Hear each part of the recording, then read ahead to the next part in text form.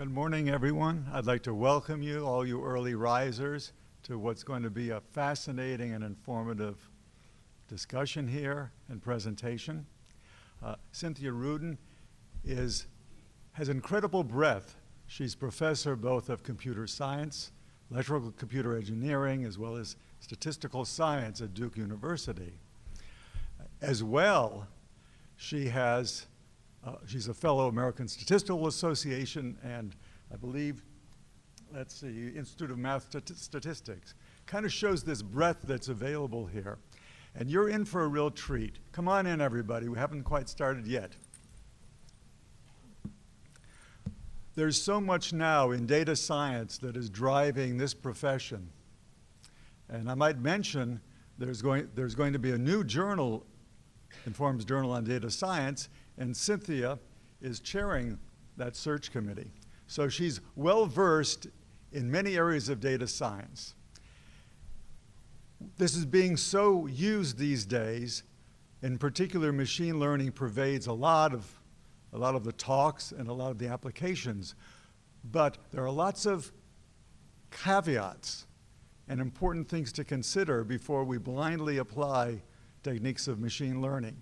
And we're going to get 10 important lessons about carefully and thoughtfully applying machine learning. So I'm going to now turn it over to Cynthia Rudin. We're in for a great, wonderful lecture. Thank you. Thank you.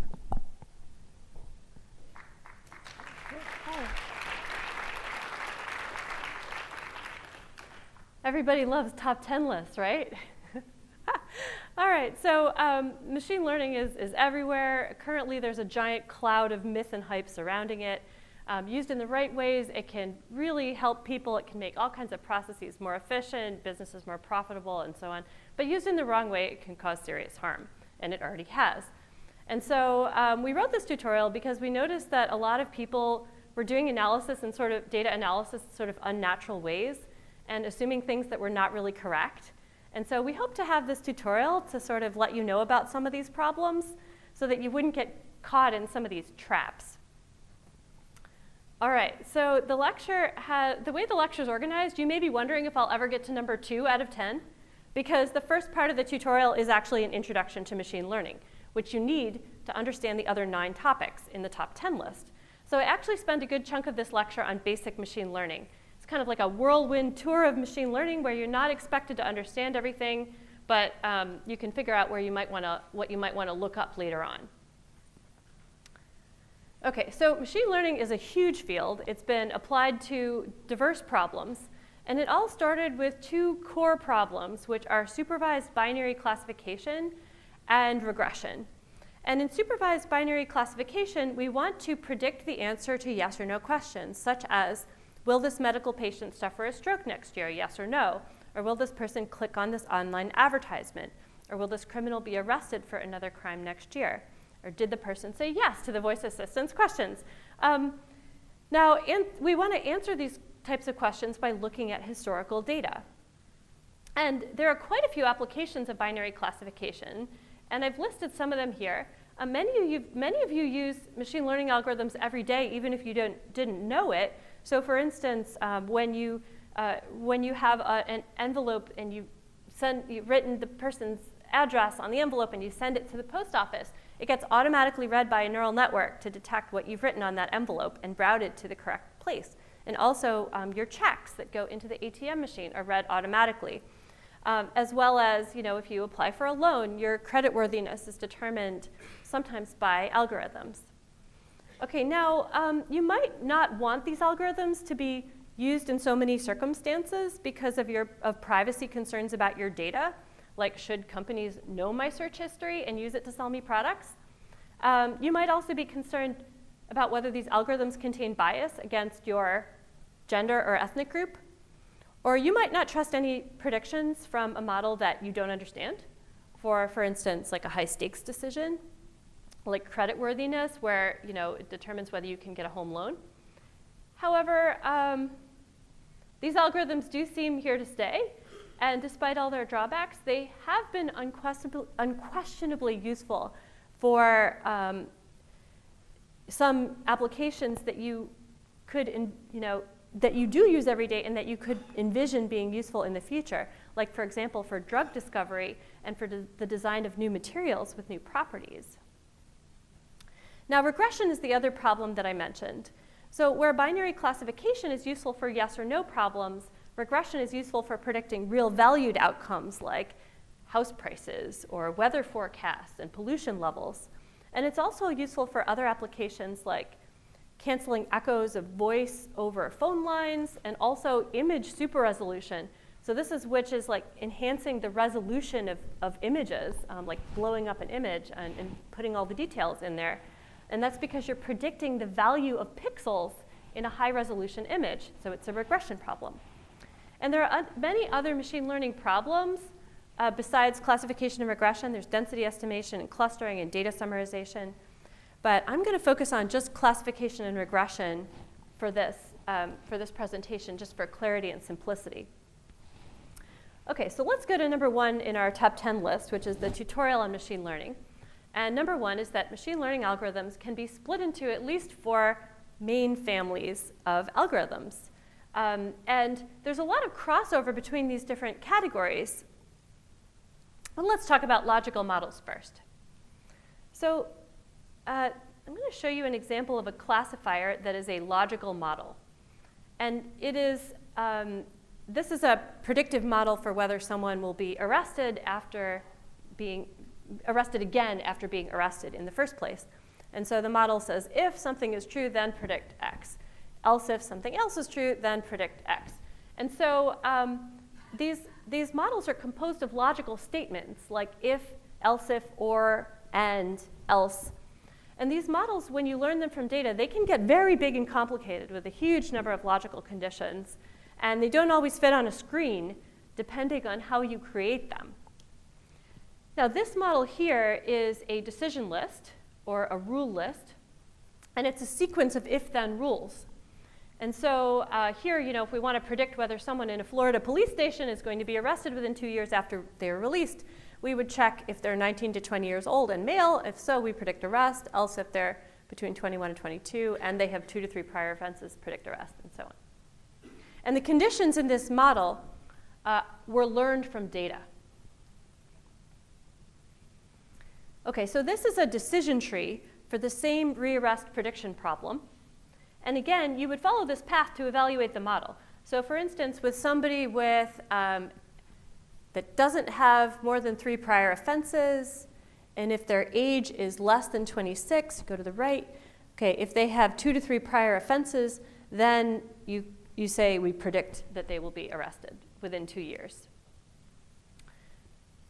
OK, so so that's logical models. That's the form of logical models. Linear and additive models are slightly different. I'm going to show you an example of a linear model, machine learning model, that was developed for predicting seizures in critically ill patients in the ICU after they've had a stroke. Okay, and the model is called the 2 helps 2B score. And it's linear because you're just adding things up, right? The doctor would add up 1 point if the patient has this, and another point if the patient has that, 2 points if the patient has this, add it up, and then it translates into the probability that the patient will have a seizure in the next few hours. OK, so the third class is case-based reasoning. So case-based reasoning methods are usually kind of similar to k-nearest neighbors, where you would use nearby cases to make a prediction for a current case. So for this green guy here in the middle, his prediction would be made of some kind of average of the points that are nearby. Okay, so we would look at the points that were similar to him in feature space in all of their features, and then use the outcomes of those examples to make a prediction for the current case. Okay, and then the fourth class is iterative summarization, and this is basically neural networks. So in neural networks, so the information flow is sort of upward in this figure, and each layer of a network summarizes the information from the previous layer, okay? And it feeds that information into the next layer. And then at the end of all this, a prediction is made. And I'm going to go over this more as I continue. OK, so let's see how all these methods perform on data. All right, so this is an example data set. And to help with visualization, I limited myself to data with only one variable, which is along the horizontal axis. And this is a regression problem, so the outcomes are on the vertical axis. And I'm going to focus on the predictions that different algorithms make in this one-dimensional space. OK, so the first algorithm is nearest neighbors, which is a kind of case-based reasoning. So nearest neighbors predict, they predict based on the values at the nearest data point. So as you can see, the predictions, which are in black, are really not great.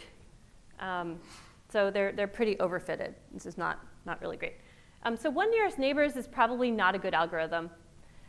But if you average predictions over the 5 nearest neighbors, on the other hand, the predictions are starting to smooth out a little bit, and they look a bit better. And it's still a bit overfitted. So maybe we might want to be averaging over more nearest neighbors for this particular data set. OK, now decision trees I showed you earlier. So you take the space and you break it up into bins where constant predictions are made in each bin. OK, and so this is the formula for the tree that's shown here on the left. And I'm sorry the data points aren't showing up there. They show up on my other computer, but this one apparently not. So you can think about all the data points from here, and then you can think about that decision tree there. There we go, like that. OK, so all these cut points. So this is the formula for that decision tree on the left. So if x is less than 0.7, do something. If x is less than 0.3, do something else. And then all of these cut points were learned from the data. They're chosen by the algorithm. OK, now boosting and random forests, these are 2 very powerful machine learning algorithms. And they also fall under the category of linear additive models. But they're actually a linear combination of nonlinear things, which allows them to be very flexible. So in this case, we're talking about a linear combination, like a weighted sum of decision trees. And the decision trees, of course, are highly nonlinear. And so the ability of these methods to create combinations of these nonlinear models allows them to produce very flexible models that produce really great predictions for a variety of different kinds of data sets. So boosting, in particular, produces very powerful models. And boosting is hands down my personal choice for when I get a new data set, because it's great right out of the box, where you don't know anything about your data set, and if you just want a good model, you would just try boosting. Now, random forests are a little different. They average together decision trees without weighting them, whereas with boosting, it actually weights the decision trees differently. OK, and then neural networks are here. And we put 2 different kinds of neural networks. And what you can learn, hopefully, from just looking at this plot for a few seconds is that neural networks come in all shapes and sizes. There are a million different kinds of neural architectures. And so there's not just one neural network algorithm like there is for boosted decision trees, like I showed you on the previous slide. Neural networks are not just one single plug-and-play algorithm. They can be very powerful if you choose the right neural network architecture, like you can see here. But you don't always know in advance what the right architecture is, and I'll talk a lot more about that. And then this is support vector regression. So this particular model happens to be overfitted to the data that you can't see, but it happens to be overfitted to the data. But there are parameters that we can adjust to make it not quite so overfitted. And so SVMs, what they do is they place a weighted kernel, like a bump, on each data point, and it adds up all the bumps. And I'll show you, let's see if I can show you the weighted bumps. Oh, they didn't show up. Shoot. OK, well, what you were supposed to see is a number of bumps of different colors that all add up to produce the image here. And the rapid curves here are when one positive bump is subtracted from a negative bump that's slightly shifted away from it. And so by adding up the bumps, you get these curves that you see here. Now, support vector machines are somewhat case-based reasoning, like nearest neighbors, because their predictions using these sort of Gaussian bumps are based on nearby data points, right? You're averaging based on these local, what's going on locally, because you're adding up a bunch of weighted bumps. And so, but there is also a linear version of support vector machines. So support vector machines also fall in the linear additive category. Okay, now overfitting is the curse of any fairly complex machine learning method. And the main goal of the entire fields of machine learning and data mining are to fit without overfitting. So let me formalize some concepts from Vapnik's statistical learning theory that lay the foundation for machine learning and explain how not to overfit in a particularly elegant way. And now I'm kind of nervous because I'm worried that the equations won't show up, but let's see if they do. Oh, good. Oh, well, not quite. That's not so good. Okay, well, we'll do our best here. All right, so let's see here. Oh, nope. Classification does not show up at all. All right, well, we'll try it. Okay, well. Okay, so for all these supervised problems, you start with these XY pairs. So these are independent and identically distributed from a distribution on X cross Y. So it's a joint distribution between X and Y. And then the X's are covariates and the Y are the labels. Now, for classification, the labels are either 0 or 1, or -1 or 1. And then for regression, they're real valued. So this should be real valued. So this is going to be an interesting tutorial. Okay, and then the functions here, these are functions from X to Y that we're trying to produce. And then for classification, the loss function we want to minimize is so this is for regression. The slide that I wasn't able to show shows that the loss there's a loss of 1 if Y doesn't agree with the sign of F. And then for regression, we usually use the squared loss like I'm showing. Okay, now the quantity that we really care about in machine learning is the true risk. So this is the expected loss on the whole distribution of data, the distribution over which the data are drawn. And this is called the test error, or the expected out-of-sample error. But we only have data, right? We don't have the whole distribution.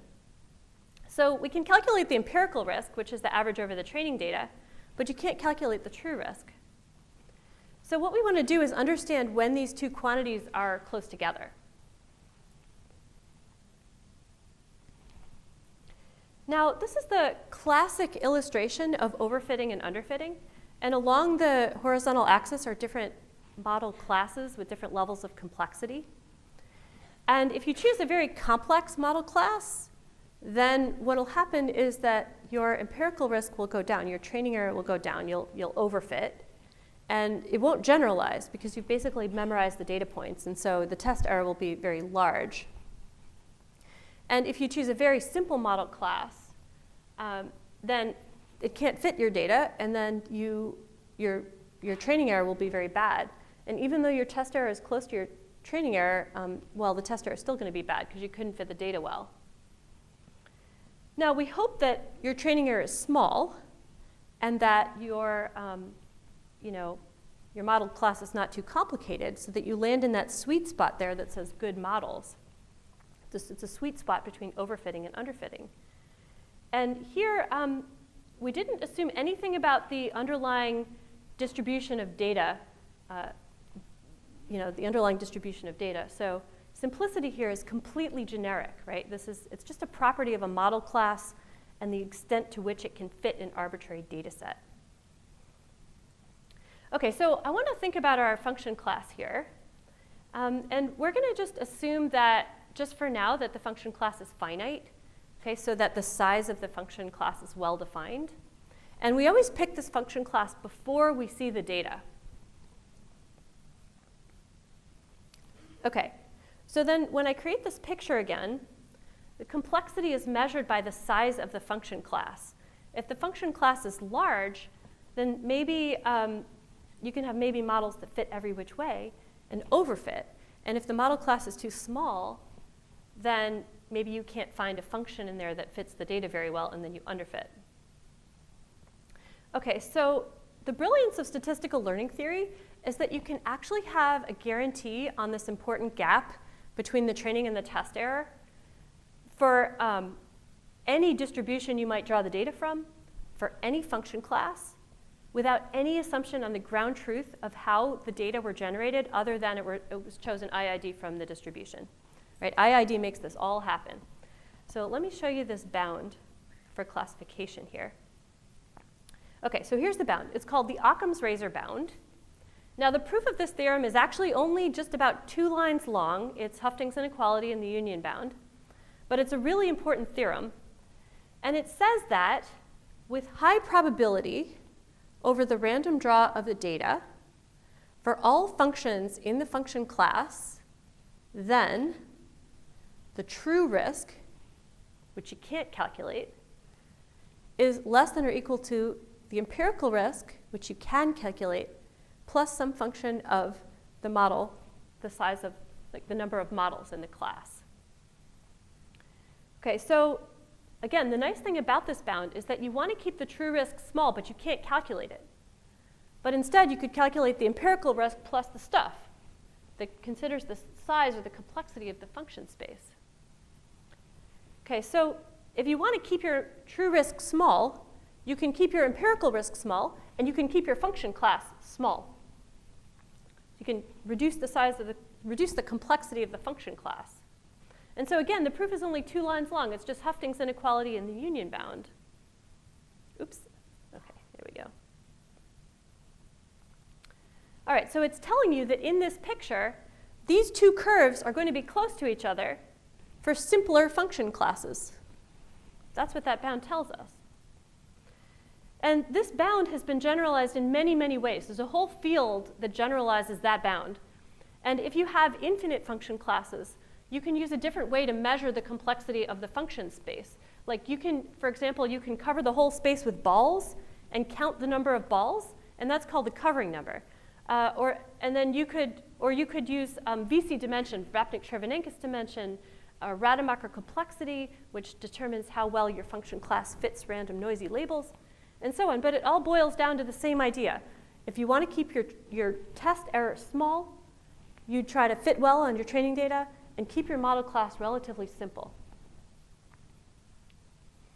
OK, so Occam's razor in a nutshell, training accuracy plus simplicity of model class leads to good test performance. OK, so everything from now on becomes a balancing act of how we can fit well, but not overfit. And simplicity in practice can be measured in any number of different ways, like k and k nearest neighbors, or any kind of regularization term, or like the number of leaves in a decision tree, or really any kind of constraint you want to put on your models that reduces the complexity of this hypothesis space that you're working with. OK, so many machine learning algorithms choose a function, they choose a model, by solving a special case of this optimization problem. OK, and so you're minimizing empirical risk, which is the first term there. That's the average loss on the training set. And then you have another term to try to keep the complexity of your models relatively small. You want to choose a function from a low complexity class. And then different algorithms use different loss functions and different ways of measuring complexity. OK, so let's go back to algorithms. And I'm going to keep the regularized risk problem there and show you special cases of it. So for decision trees, where you want to produce a function f that looks like a tree, then you might want to solve something like that, where the empirical risk is the fraction of points where the tree doesn't predict the same thing as the true label. The tree makes a mistake. And then your complexity term is the number of leaves in the tree. Okay, you want to keep the number of leaves kind of small. And of course, this is not differentiable.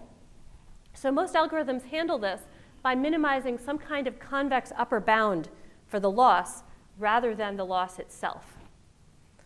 OK, so great. So there's my classification loss. So the loss is 1 if y doesn't equal the sign of f, and it's 0 otherwise.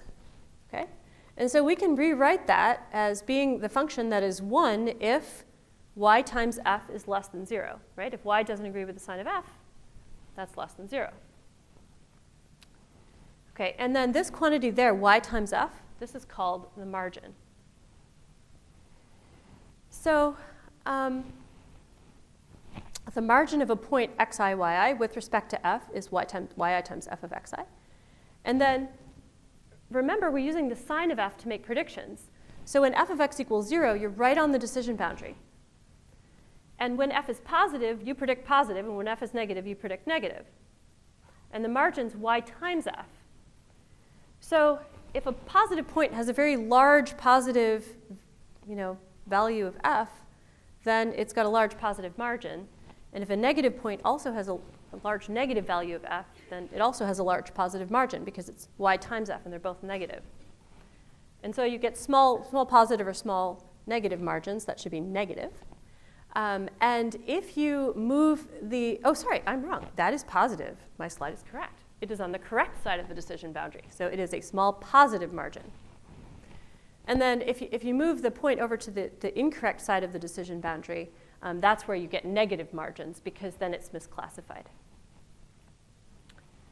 OK, and then you can also have large negative margins if the point is really, really badly misclassified. OK, so now on this axis, I've now plotted the margin. So if you're all the way on the right, it means you are very, very correctly classified. And if you're all the way on the left, that means you're very badly misclassified. And there's a classification error whenever we are misclassified. So this is the misclassification error. It's 1 if the point is misclassified, and 0 if it's correctly classified. And now, as I mentioned, misclassification error is not a smooth function of f, which you're supposed to be minimizing the error with respect to f. It's not a smooth function of f. So a lot of algorithms upper bound the misclassification error in different ways, like this. And so I'm going to just show you, I'm going to talk about a few of these loss functions here that are used for different algorithms. So this is the exponential loss that's used in boosting. This is the support vector machine hinge loss. And this is the logistic loss used in logistic regression. And I'll write those formulas down there. But the important thing is that each of these are upper bounds for the misclassification error. So if you minimize any of them, if you minimize any of these things, you are in good shape for minimizing the misclassification error. All right, so let's go back to boosted trees. So boosted decision trees minimize the exponential loss, where the model F is a weighted sum of decision trees. And the weights and the trees are optimized to minimize that exponential loss. And again, this produces very complicated models. There could be thousands of decision trees all weighted and added together to try to minimize that exponential loss.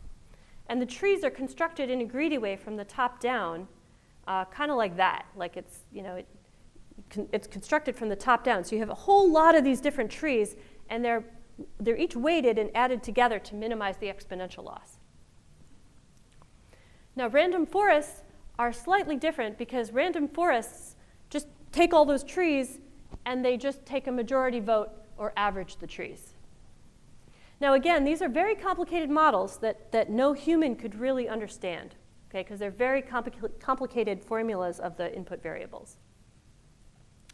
Okay, so let's talk about much simpler models for a little bit. Let's go to linear and additive models.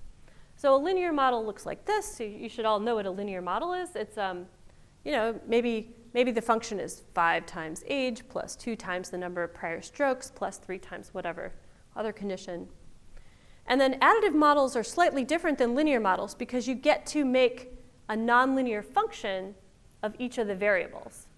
So it's like 5 times some interesting function of age plus 2 times some interesting function of prior strokes plus 3 times some function of whatever it is. Now, to optimize the coefficients, the BJs, we might use logistic regression. And in that case, we're minimizing the logistic loss. Okay? And here we're trying to figure out what those BJs are, which are the coefficients in the linear or the additive models. Now, most of you already know logistic regression, so I'm going to use it in an interesting way. Okay, so here we're trying to classify handwritten zeros from handwritten ones. And the ones are the positive class, and the zeros are the negative class. And just a reminder, we're trying to classify according to the sign of f of x. So if f is negative, we'd classify the image as a 0, and if it's positive, so we classify it as a 1. And then we already ran logistic regression, and these are the coefficients. So the b vector is now a matrix, and this is learned from logistic regression. And each pixel is a feature. So the sum over j, that's a sum over pixels. And now we're going to multiply each pixel of x by the corresponding pixel of b, and we're going to add them all up. And you can see that when we do this pointwise multiplication, we get mostly negative values in there. Mostly negative values in there. And so when you add them all up, you get mostly like negative terms in that sum. And so the result is negative. Whereas for this guy, when you take the pixels in the image, multiply them by b, you get mostly positive values. So that when you add them all up, you get a 1. Now, one problem with this that you've probably noticed already is that it's very sensitive to shifts in the image, right? If you move b over a little bit, or if you move the image over a little bit, then it won't classify, it might not classify things properly. And so that's why people turn to convolutional neural networks for computer vision problems. But before I go into that, I want to finish up discussing linear and additive models. So that's linear models. And now additive models, you have to actually construct the G functions. And so you can actually do that using ensemble methods like boosting. So I don't want you to think that these categories of methods are actually distinct. But I want to give you an example of an additive model that's used in practice in medicine. And you'll see that it creates a nonlinear function of age. OK, so this is the Atria score. This is a score that predicts stroke in patients with atrial fibrillation. And you can see that this is not a linear function of age, right? The score does not go up linearly with age. It's actually a bunch of step functions, and it changes nonlinearly with age. So this is an additive model. OK, so the only one I haven't covered yet out of these three is the support vector machine hinge loss. Now, for the hinge loss, the support vector machines minimize the hinge loss over functions of this form there. OK, so this is a sum of bumps centered on the data points. OK, and the parameter there is called the kernel width. That's the width of these bumps. And I've been using this. These are called radial basis function kernels, but these are the most popular form of kernels. And that kernel width parameter is really important because it tells you kind of, like I said, the width of the bumps that you're adding up. So I want to show you the effect of the width of that Gaussian kernel on the support vector machine solution. So this is my data, and I'm going to start the width of the kernels really nice and large. So you see what happens when we add up all these bumps. OK, so you can see here it's nice and smooth because the bumps are very wide. So when you add them up, very wide, very nice and smooth. And now I'm going to make the width a little bit smaller. And so it's starting to gain a bit of nuance and a bit of shape. And now it's starting to kind of overfit the training data here. And then if I make the kernel much smaller, then it just completely memorizes the data and won't generalize at all. But because most of the time it just votes 0 for everything, so that's not so good. But it's at least a nice way to illustrate to you that these models are a sum of weighted bumps centered on the data points. OK, so let's talk about neural networks for a bit, because they minimize the logistic loss regularized. So actually what they use, to be honest, is the cross entropy. But it's equivalent to the logistic loss. And the thing that makes neural networks different from logistic regression is the fact that the functions in F are neural networks rather than linear models. OK, and these are neural networks. They're functions of functions. OK, so X goes in. So I want you to look. Let's see if I have a pointer. X goes in. OK, and then some summary statistics of it are computed. And those summary statistics go to the next layer where there are more summary statistics of them computed. And it keeps computing summary statistics, iteratively summarizing what's going on. And then at the end, it just outputs the prediction. OK, so now if you actually tried to write down the function that the neural network actually computes, the notation, if you try to use standard mathematical notation, it becomes very cumbersome. And so after a while, because you got to write down all these recursions. And so the neural network people just stopped using regular mathematical notation. Well, I mean, they didn't really stop using it. They still use it, but not to write down the network structure. So they started drawing these pictures instead to kind of make it clear what the network structure actually was and what information feeds into what other calculation. Now, these diagrams can all be turned into equations, okay? And each line here represents one of these W. This is a vector of W's that you have to learn. Okay, so you have all these inputs on the bottom. So maybe these are pixels of an image. Then we compute summary statistics, like maybe local averages of the pixels or a local maximum of the pixels. And that goes in here. There's a nonlinearity here. Then that information goes into the next layer, feeds into the next layer, and so on. Now, when you're minimizing logistic loss, you're minimizing it with respect to these weights. And the weights are all represented by these arrows here. And so x gets multiplied by the weight when it goes into there. OK, so all of these weights have to be learned from data, and they're all learned with gradient descent. OK, now in convolutional neural networks, the first few layers of the network are very special. They take a small filter, which is kind of like a detector. So here it's just 9 numbers. And it scans the whole image. So here the filter is being applied to these pixels in the image. So you multiply these numbers by those numbers and put the result there. And then you slide this filter around the image like that, you see? So it slides all around the image, and the results go here into the next layer. Now, I'm only showing one filter. There are many filters. Each of them is different. And there are separate filters for the second layer and the third layer. And the results get reported, in the following layer. OK, so here I'm showing, again, one filter. And then it's scanning the whole image. And the information is being placed here. And then there are other filters, and the information gets placed here. And many, many filters will fill in that whole layer there. OK, now many networks have several convolutional layers, have several layers like this. And I'm going to show on the next slide AlexNet, which made waves in 2012 when it came out. So this neural network exceeded state-of-the-art performance on a benchmark computer vision task. And you can see that it starts with the original image on the left. And then there are 96 different filters. Okay, so this is the first layer with 96 different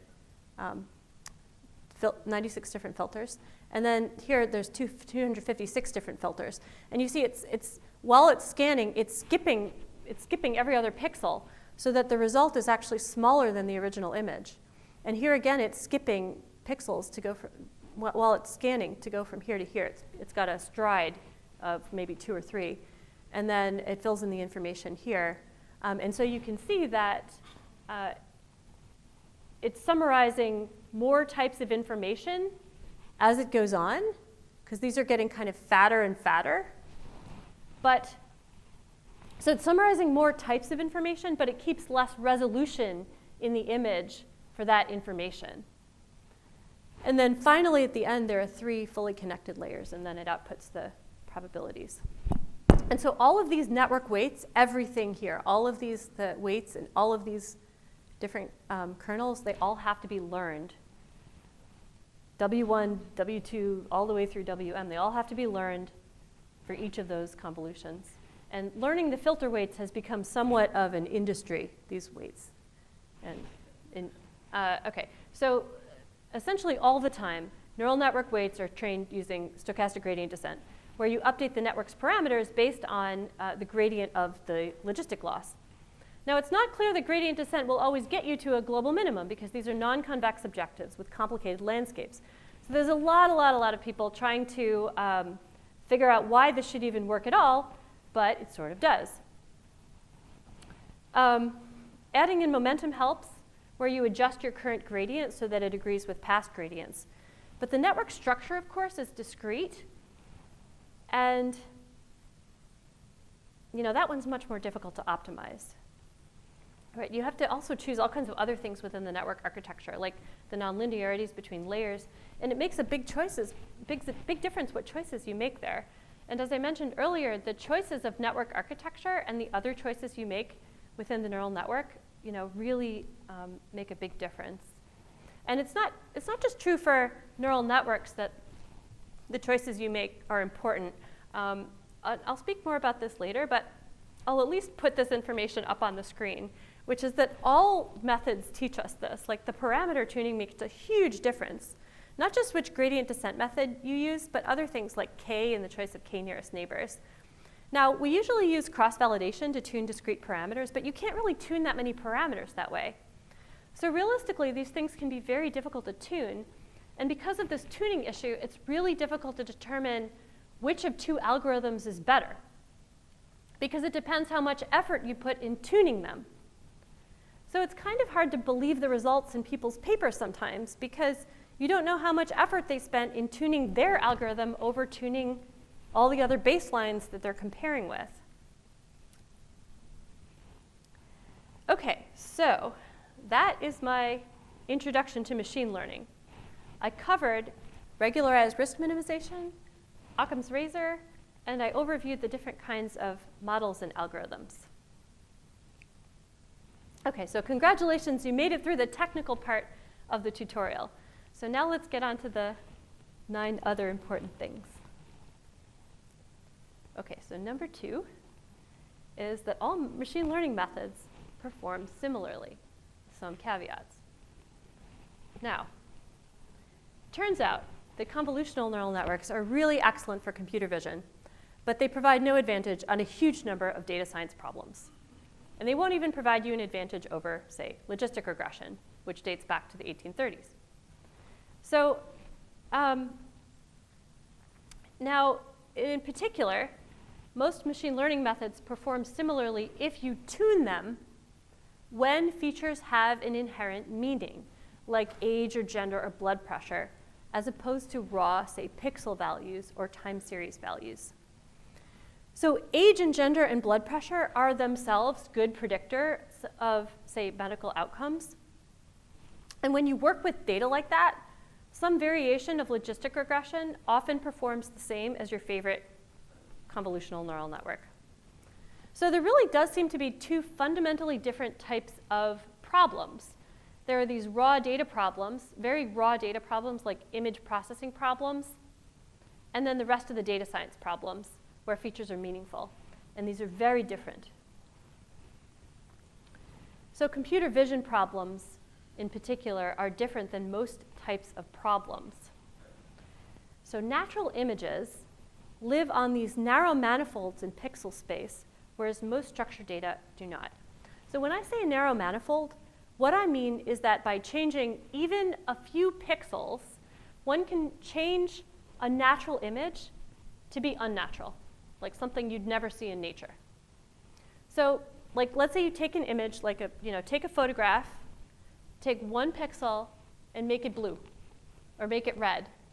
Okay, that's something that would never, that's not natural. That's something that would never occur in nature. And so it wouldn't be on this manifold of natural images in pixel space. Now, other types of problems don't have that. It's not really like that. And also, neighboring pixels in natural images tend to be closely related to each other. So if you know the value of 1 pixel, you probably know something about the neighboring pixels. And other types of problems, like criminal justice problems, they don't have that characteristic. They're not nearly as sensitive to small changes in the input features. So leveraging this kind of information is why convolutional neural networks perform so well on image processing tasks, because they're leveraging this information. They're designed to scan images, and whereas most data don't have that kind of structure to exploit. Now, for the problems when neural networks do not have an advantage, then if you want better performance and you want to use your time wisely, don't waste your time trying 10 different machine learning algorithms and tuning all the parameters.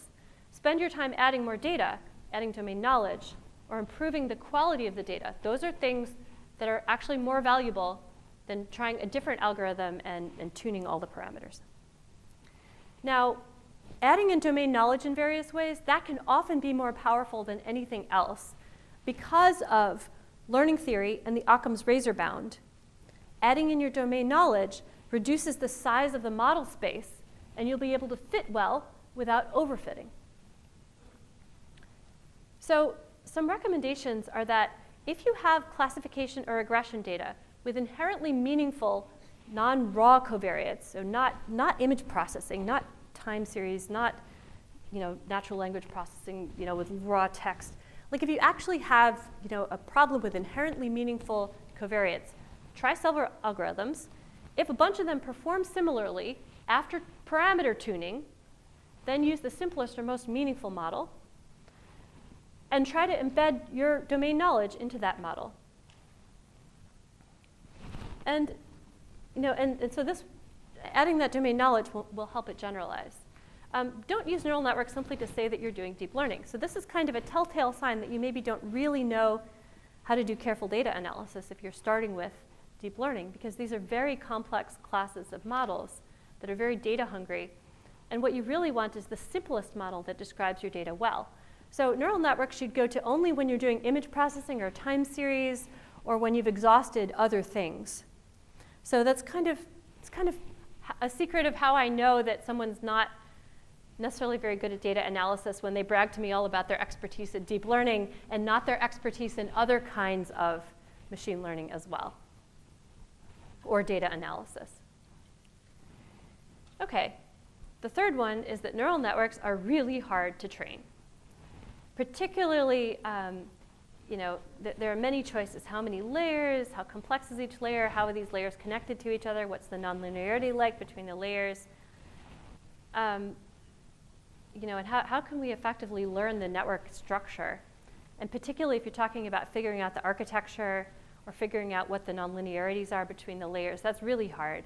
And so then, in that case, the objective lacks smooth gradients and it's highly non-convex.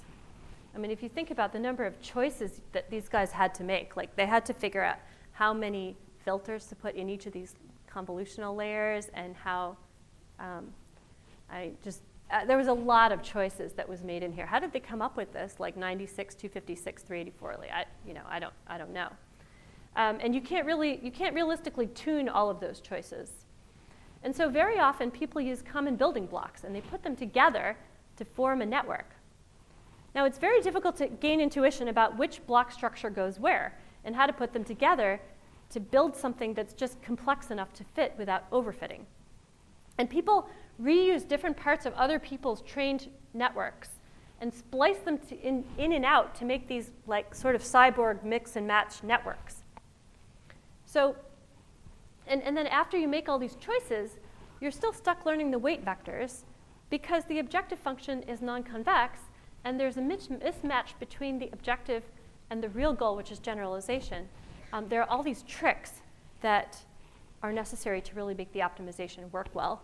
Now, I mentioned already momentum, but I want to talk a little bit more about early stopping, the last three, early stopping, data augmentation, and transfer learning, because those are actually really important. So early stopping means that you would stop training based on the validation loss. Okay, so let me tell you what that means. So deep networks typically keep overfitting, like they continue to keep overfitting as you train them. So the training loss will go down and down and down and down and down. So they'll overfit at some point. And so what you do is you reserve part of the data as a validation set, and then you look at how the loss on the validation set is doing. And if the network starts to overfit, then the training error will start increasing rather than decreasing on that validation set. And so if that happens, you go back and use the model you got at this point. Okay? So, and hopefully the idea is that will generalize better.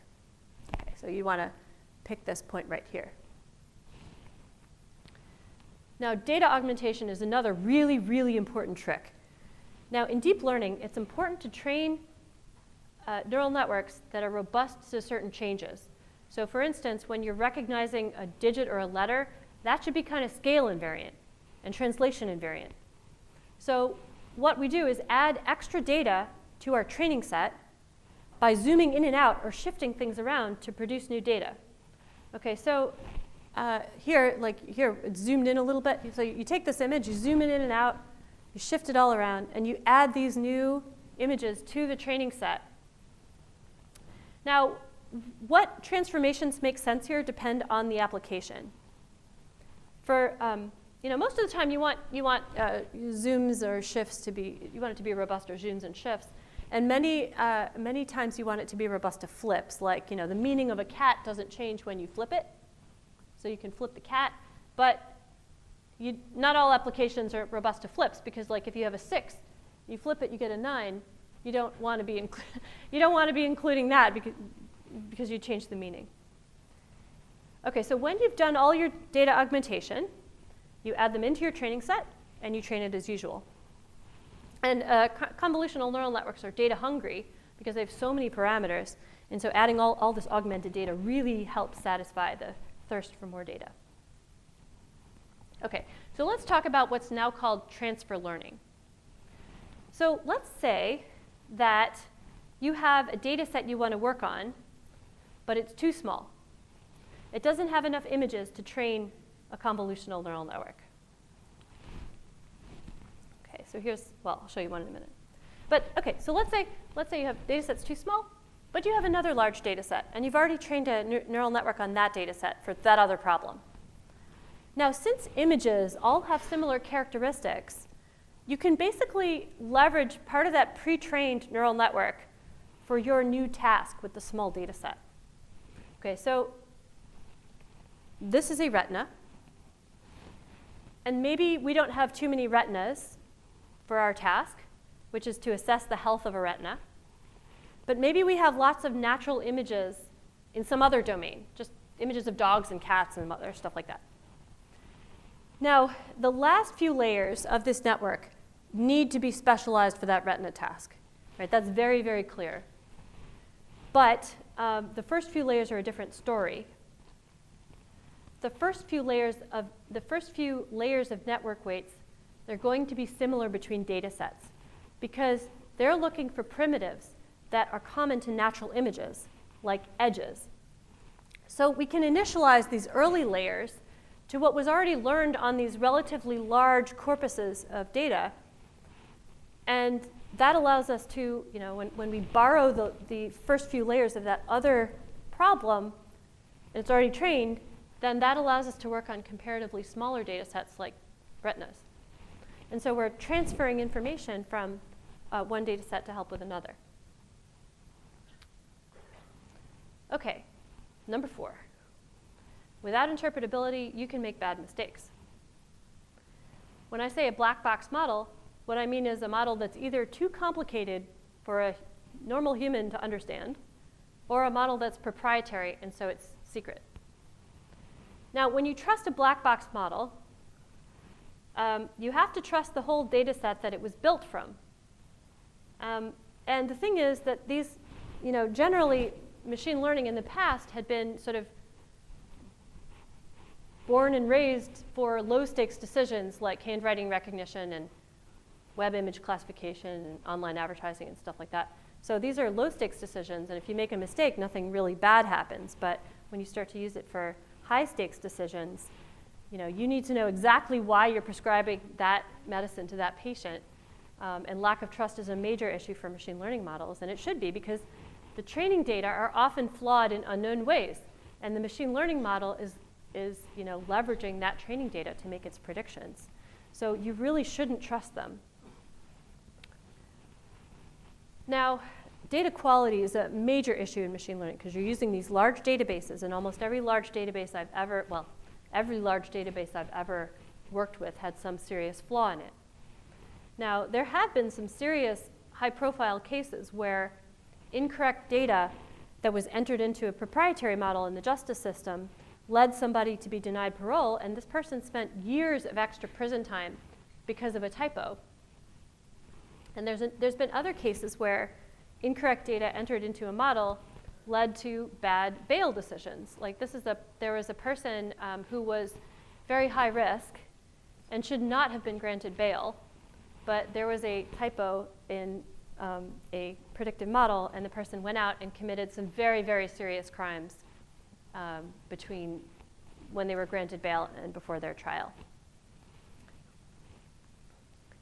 Now, we've also found out that medical predictions are being made based on equipment that's used to make the measurements. So if you just use a regular convolutional neural network, if you have a database that has information about the equipment that was used to make the medical image, then the network somehow leverages that information and doesn't always look at the medical content of the image, like the X-ray.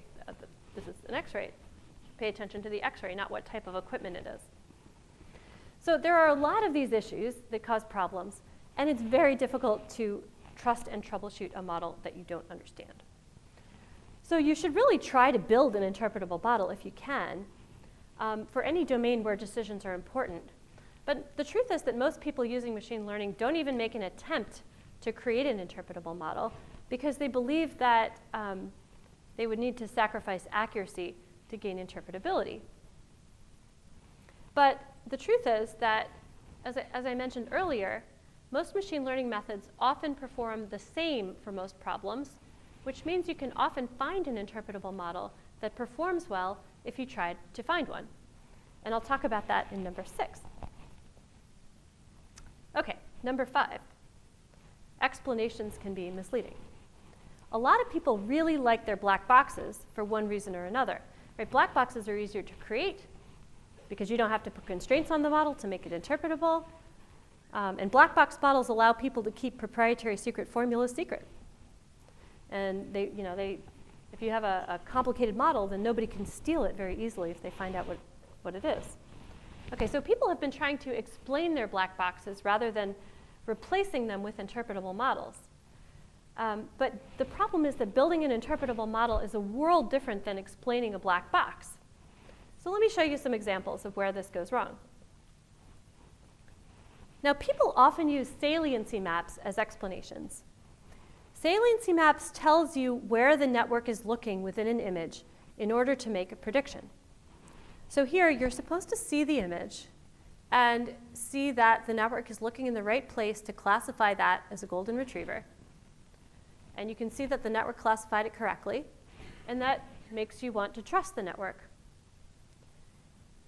That you trust that it's doing the right thing. But then you look at the evidence for the network identifying the image as a tennis ball, and you notice that the explanation is the same. So these are not very convincing explanations. Now, sometimes people use local approximation models that make like if you have a black box, you make a local linear approximation. And in that case, the explanation is a local model that's supposed to approximate the predictions of the global model. Now, the problem with that is that because the variables are often correlated with each other, these explanation models don't really explain what the black box is doing. They often depend on different variables than the original black box. So you have situations where an explanation model says the black box depends on race, but it doesn't because the black box because race is correlated with criminal history, and the explanation only picked up one of those two things, which is the race variable and not the criminal history variable, and so your explanation does not actually tell you what the black box is actually doing. Okay, so there are several reasons to be cautious about explanations. And in particular, the fidelity of the explanation. So if you think about it, explanations must be wrong because Otherwise, you would only need the explanation, and you don't need the black box. Okay, so if the explanation was always right, the explanation's predictions would be equal to the black box's predictions, and thus you would never need the black box at all because these two are the same. So if the explanation, so we know the explanation is different than the black box. So if the explanation differs from the black box often, then you can't trust the explanation. And then you can't trust the black box. So you're actually in a worse place than where you started from because you have two non-functional models rather than one. So you end up in this situation that I call double trouble, which is that the combination of the black box model and the explanation model force the model's developers to troubleshoot two models rather than one model. So I think instead, a lot of people have come to the conclusion that we should just create a single interpretable model. And so here's number 6, which is that there often does exist an accurate yet interpretable model, even in the case of deep neural networks for computer vision. Now, to create an interpretable model, you would incorporate a constraint on the model's interpretability. So something like this, where you try to minimize the loss subject to some interpretability constraint, like the model has to be interpretable in this way. Now, how do we define that interpretability penalty? Well, the definition of interpretability has to vary for each different application. Because, for instance, creating a decision tree on pixels, not interpretable. But creating a decision tree on, say, medical data, that is interpretable. So you have to really choose the definition based on the domain. Now, one approach is to create a penalty on the number of features used. So a model with fewer features is often considered to be more interpretable. I put up the 2 helps 2b score again because it's a very sparse model. It only has 6 terms in it, right? There's only 6 terms in this model. And this was created by a machine learning algorithm called RiskSlim. And RiskSlim chose all of the factors in this model. It chose which variables to put into this model. It had a very large number of choices to choose from. And it chose those 6. And it chose those point scores to put together. And it's actually just as accurate as any machine learning model you can construct with any other method. And these risk factors, these are things that doctors are, they're interpretable to doctors. They're not interpretable to me, but neurologists are trained to recognize these things. And it's called 2 helps 2b because it's 2H, E, L, P, S, and then 2 points for the B.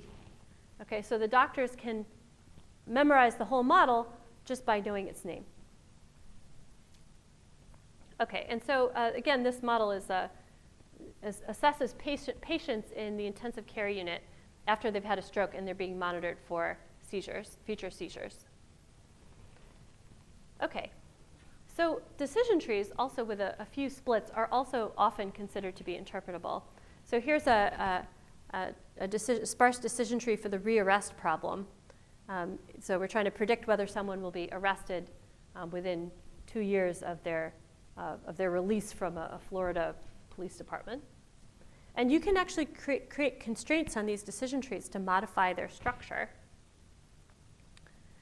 And then the question you're probably wondering is, well, can we make an interpretable neural network for computer vision? And this is a question that at least I've been thinking about for quite a while. And so we've been making a lot of progress on this.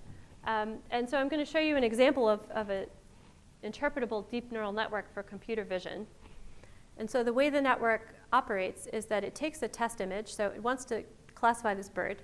We've been using bird classification because I don't know anything about birds. And so it's really helpful to have the neural network explain to me why the bird should be in a particular class. OK, so this is a clay-colored sparrow. And we want to know why the network thinks it's a clay-colored sparrow. OK, so what the network does is it says that this part of the image, which is actually this part, OK, so this part of the image looks like that part of this image. And this is a prototypical clay-colored sparrow. And this part of the image looks like that part of this image.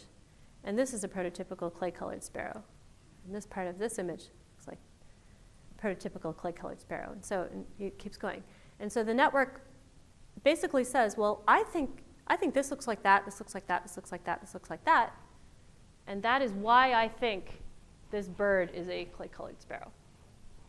Okay, so let me give you a little bit more detail on the actual calculations that this does. Okay, so the network says, well, why is this a red-bellied woodpecker?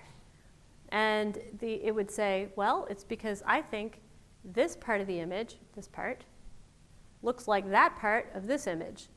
And the similarity between these two, the similarity between these two there's a score for that. There's a score. It's how similar the network thinks this looks like that. And then there's also a score for how much this prototype resembles the red-bellied woodpecker class. And so and then it says, okay, I think this part of this image is similar to that part of this image. And how similar they are gets the number 4. And then how important this image is for that red-bellied woodpecker class, there's a number there for that. And so these things all get multiplied together and then added up. And there's 20 prototypes per class.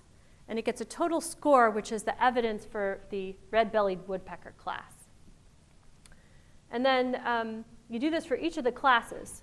So this is for the red-bellied woodpecker class, but you also try to gather as much evidence as you can for the other classes. So this is for the red-cockaded woodpecker class. And the network is trying its best to figure out how this bird could possibly be a red-cockaded woodpecker. And it's basically found that the feathers on the back look kind of similar to the ones from the red-cockaded woodpecker, but the scores, the similarity scores just are not as high. And so when you add up the total scores, you just don't get enough evidence for that class.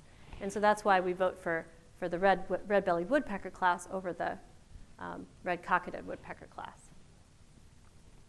Okay, so it's at least giving you some insight onto the fact, the network saying it's doing case-based reasoning. It's doing something like k-nearest neighbors. It's saying, I think this looks like that and this looks like that. And that's why I classify something this way. All right, number 7. Special properties have to be built in. Often people somehow assume that you can just train the neural network for accuracy, and then you automatically get all of these wonderful properties out of the network. And that you train it for accuracy, and that you'll automatically get all these like magical properties, like that it's good for some other purpose that it wasn't really built for. And that just doesn't work in general. If you want an interpretable model, you have to train an interpretable model. If you want robustness, you have to define what robustness means and then use data augmentation or some other technique to make sure that happens. I mean, robustness can mean loads of different things. It could be robust to all this different stuff, right? So you have to define it carefully and then incorporate that into the network. And then the same thing with fairness, right? People are saying, oh my goodness, these networks are unfair. This model is unfair. But the thing is, you have to train the model if you want it to be fair. You have to enforce that as a constraint. It doesn't happen off the shelf. So fairness is actually a whole nother set of issues, because the thing is, our training data is historical data, and it incorporates historical decisions, which often contain sources of bias. And a machine learning system learns these biases. And nobody really knows what it means for a model to be fair. So, it's not clear whether the model is unfair or whether it just reflects the fact that different groups of people are actually different in the data, or that they were treated differently in the first place. And, like you could try to enforce fairness algorithmically over gender or over race, which of course requires modifying the machine learning method. But it requires also a mathematical definition of fairness, which is no small feat, because even the people who work on fairness argue very heavily right now with each other what reasonable definitions of fairness actually are. And my group works on criminal justice applications, and we don't know how to define it. But we did figure out that no definition is particularly good. So choosing this metric is really, really complicated. Number 8. Causal inference is different than prediction. Now, it's very easy for me to get up here and say, correlation doesn't imply causation, and you all know that. But the problem is it manifests itself in these really subtle ways, and people don't notice that they're doing it. So people often use feature importance as if that feature were causal. Like, because this feature is important, therefore that variable is causal, and that is not true. Okay, so and you can't really consider any causal interpretations at all, without actually looking into the statistical framework that already exists for causal inference. So I'm just showing you here some basics of the potential outcomes framework. So let's say we want to know the effect of taking a drug. So T equals 1, treatment equals 1, we got the drug, versus not taking a drug, T equals 0, in a particular patient. And so we want to predict the conditional average treatment effect, which is also called the CATE. So this is the expected outcome given that the person had the treatment minus the expected outcome if the person did not have the treatment. Okay, and if this quantity is non-zero, it means that the treatment is effective. Now, there's a whole bunch of assumptions that even go into doing this, right? So people want to know, okay, why don't we just use machine learning for this estimation problem and then that estimation problem, and just subtract the two, and then we get our estimated treatment effect. But you can't do that without these critical assumptions. And I'm just putting a few of the assumptions. These are typical assumptions that people make in causal inference. And they're pretty strong assumptions. So for instance, you can't leave out any unmeasured confounders. Like, you can't leave out any important covariates. And the fact is, in machine learning, we often leave out important variables because we just don't have that data. Right? So you have to be careful, right? Particularly, don't use feature importance to measure treatment effects, because just because a feature is important in prediction does not mean that that feature is causal for the outcome. Right? If you change the feature, it might not change the outcome at all. And then SUTFA is another technique another assumption, which is that the outcome of one unit doesn't affect the treatment of another. And this is often violated if you have like networked data. So let's talk about this feature importance thing, because this happens all the time. So Rich Caruana, he created a model, interpretable model for risk of mortality in pneumonia patients in hospitals. And it very clearly, without a doubt, showed that having asthma lowers the risk of dying from pneumonia. Now, there's no way that's true. And the issue was that they received that the asthma patients, when they would come into the hospital and they had pneumonia, they would say, I have asthma. And then they would get different treatment than the patients who came in who didn't have asthma. And so, we're missing that information. We're missing the information about the fact that the asthma patients received better treatment, and that's why they had better outcomes. Okay, and if you hadn't realized that, right, you might have thought that having asthma gave you a lower risk of mortality.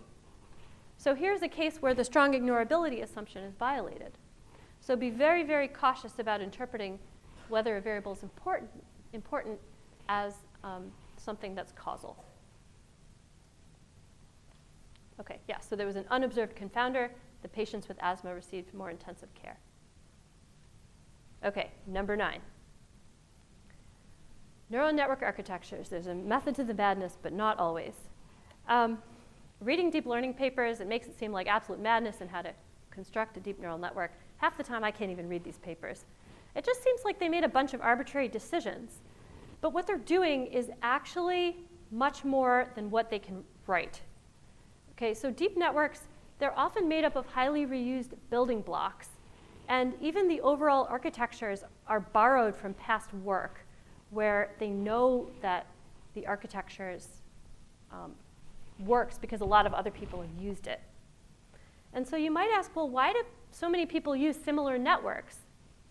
And it's because that training the neural networks, it's really hard to train these neural networks. And so people just take someone else's network, trained weights and all, and you start from there. And they literally steal a piece of someone else's pre-trained network. And so there's some balancing act of what to steal, how much to steal. what to steal and how much to steal in order to actually solve the problem that you're interested in. So if I'm going to go back to the transfer learning slide for a minute, and then with the retinal data, we might not have very much of it. And then it's not enough data to effectively train a full complicated network from scratch. So we might take these whole layers from somebody else's network, pre-trained with the weights already trained, and hopefully it would work. Right? And this is not just true in image data. It's also true for like time series data and natural language processing applications and video analysis and for many like specific scientific applications that you would use pre-trained networks from a different project to get good performance. Now, I should say that maybe it's not as complicated as I'm making it out to be. A lot of modern deep learning reuses lots of the same block structures. Like, you know, I've listed a few of the common blocks here. And even the more complicated blocks, they're like combinations of these simpler blocks. But still, it's not easy to figure out what a good architecture for any problem ought to be. OK, number 10, last one. It is a myth that artificial intelligence can do anything. People think it's like alchemy, right? Data goes in, magic substance comes out. But it doesn't go that way, right? If you put garbage in, get garbage out. And so it's true that in many specialized cases, current machine learning methods are outperforming humans. But these systems are highly specific. These are, you know, models trained to recognize certain objects can only recognize these objects. So you can't use that network to identify things in the real world because it can only recognize the objects that you taught it to recognize.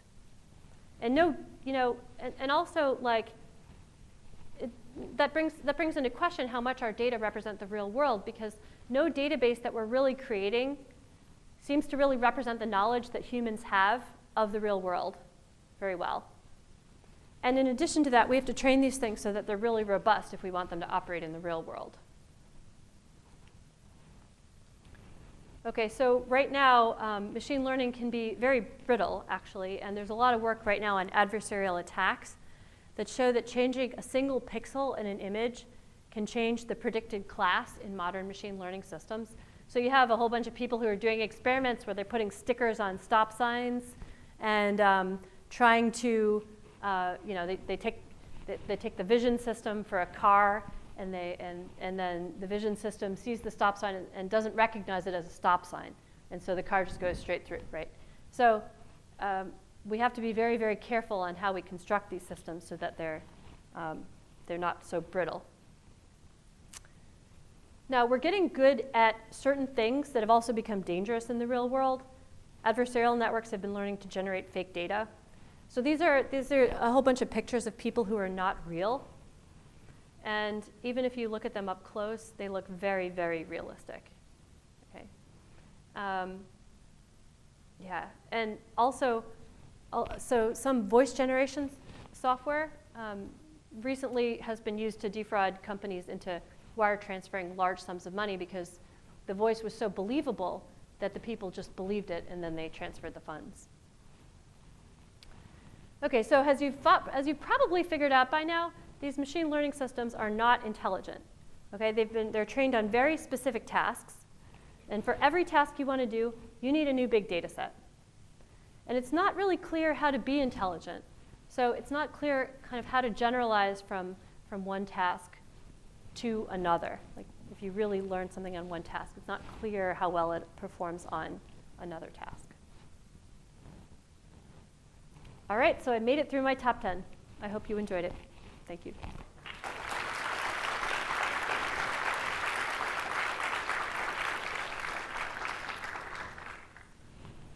So I'm happy to answer questions. Do you have any?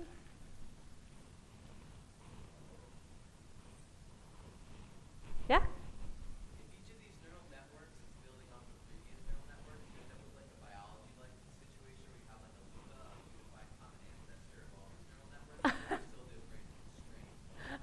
Yeah, that's a good question. Okay, the question was, well, if these networks are all being built off of other people's networks, is there kind of a common underlying ancestor?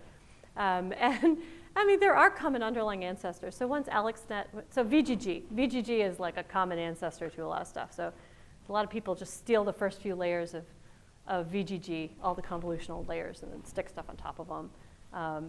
There's a bunch of other networks that people just sort of swipe chunks off of and fine-tune the last few layers from there. Yeah. So yes, there are. And the people who work in these neural networks, they talk about neural networks, like the names of them, like these common ancestors.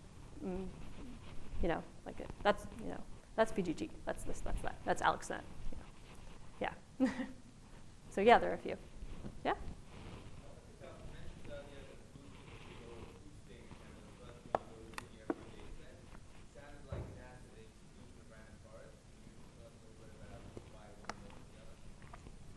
Yeah, so boosting versus random forest.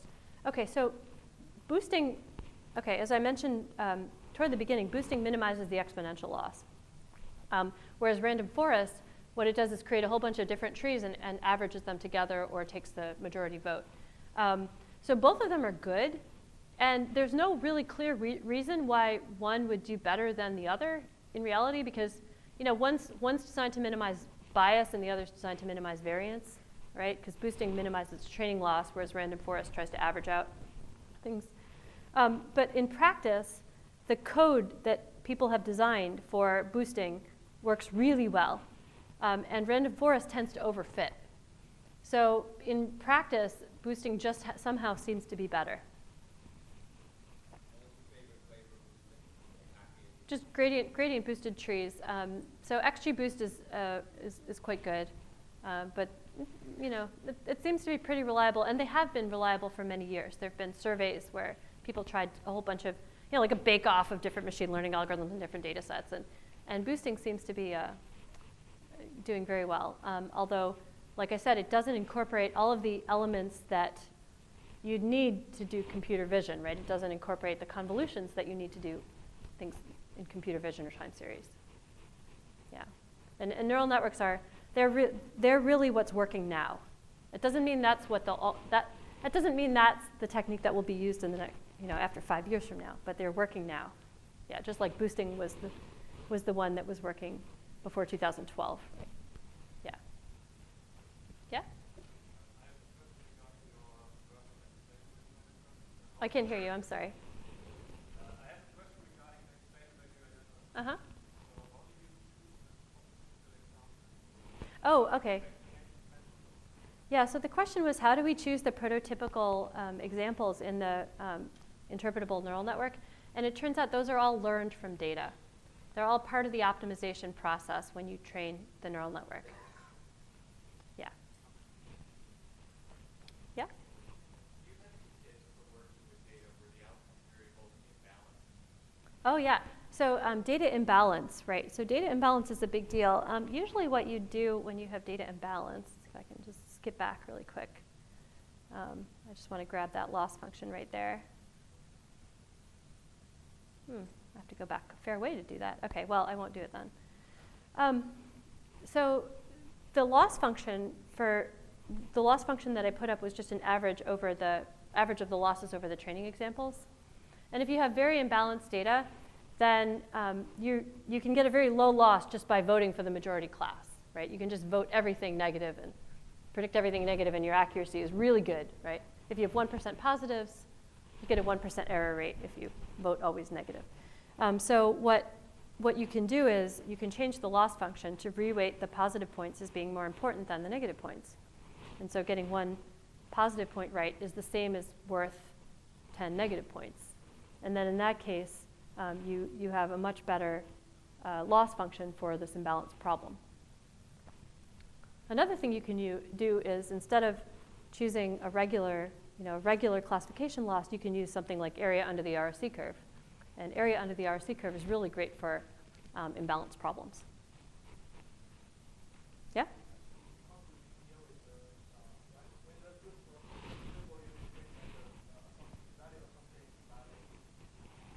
Oh, so what do you do when the assumptions are violated in causal inference? Is that what you're asking?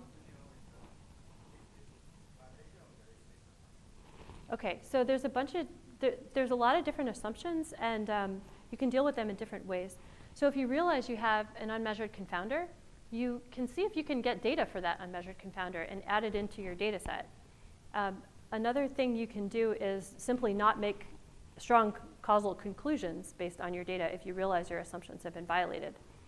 If SUTVA is violated, there are a lot of techniques that take into account things like network structure between the observations. And you would then use one of those specialized techniques.